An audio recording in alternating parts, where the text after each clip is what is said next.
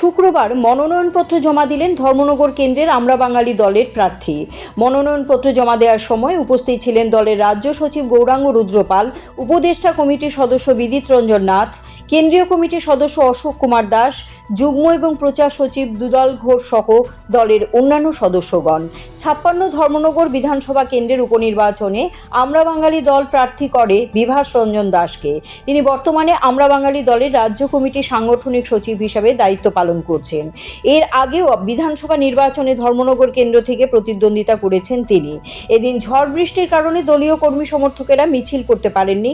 স্বাধীনতার পর অর্থাৎ দেশ ভাগের মাধ্যমে বাঙালি জাতি সত্তাকে ধ্বংস করে দেওয়ার যে এক গভীর রাজনৈতিক ষড়যন্ত্র চলছে, তার বিরুদ্ধে দীর্ঘদিন ধরে আমরা বাঙালি দল আন্দোলন করে যাচ্ছে।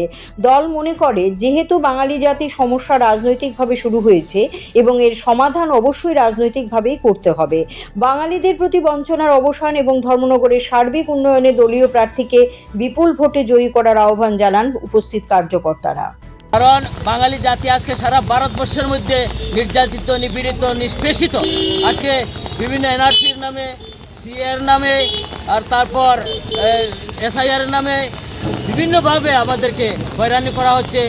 যেমন আজকে থেকে কত সালে 60 লক্ষ মানুষকে মারা হয়েছিল, 43 সালে 60 লক্ষ বাঙালিকে মারা হয়েছিল। এবার আবার শুধু পশ্চিমবাংলার বুকে 60 লক্ষ মানুষের ভোটাধিকার বাতিল করা হয়েছে, তাদের ব্যাংক অ্যাকাউন্ট ফ্রিজ করা হয়েছে, তাদের জায়গা সম্পত্তি ফ্রিজ করা হচ্ছে। এভাবে আমরা আর কত নির্যাতিত হবে আমাদের কারণ। হ্যাঁ, আজকে আমরা বাঙালি দলের পক্ষ থেকে এই উপনির্বাচন ধর্মনগর 56 আমরা প্রার্থী, যাকে এইমাত্র নমিনেশন সাবমিট করে এলাম, বিভাস রঞ্জন দাস, স্থানীয় মানুষ। তিনি আমাদের দলের সাংগঠনিক সচিব।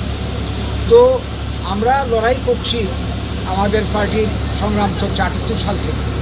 ত্রিপুরা রাজ্যের তথা ভারতের আমাদের বাঙালিদের এই যে কি বলবো বঞ্চনা, স্বাধীনতার পর থেকে এই ভারতের ভূমিপুত্র, ত্রিপুরার ভূমিপুত্র, স্বাধীনতার উপকার আমরা এই পর্যন্ত ত্রিপুরা সহ উত্তর পূর্বাঞ্চল সারা ভারতবর্ষে বঞ্চনার শিকার।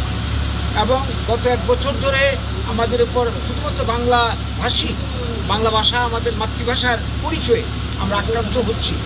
বিভিন্ন রাজ্যে বিভিন্ন আইনের মাধ্যমে এই রাজ্যে গ্রেটার ত্রিপুরা সুবান হচ্ছে। 80 জনের গণহত্যা আমরা বলি।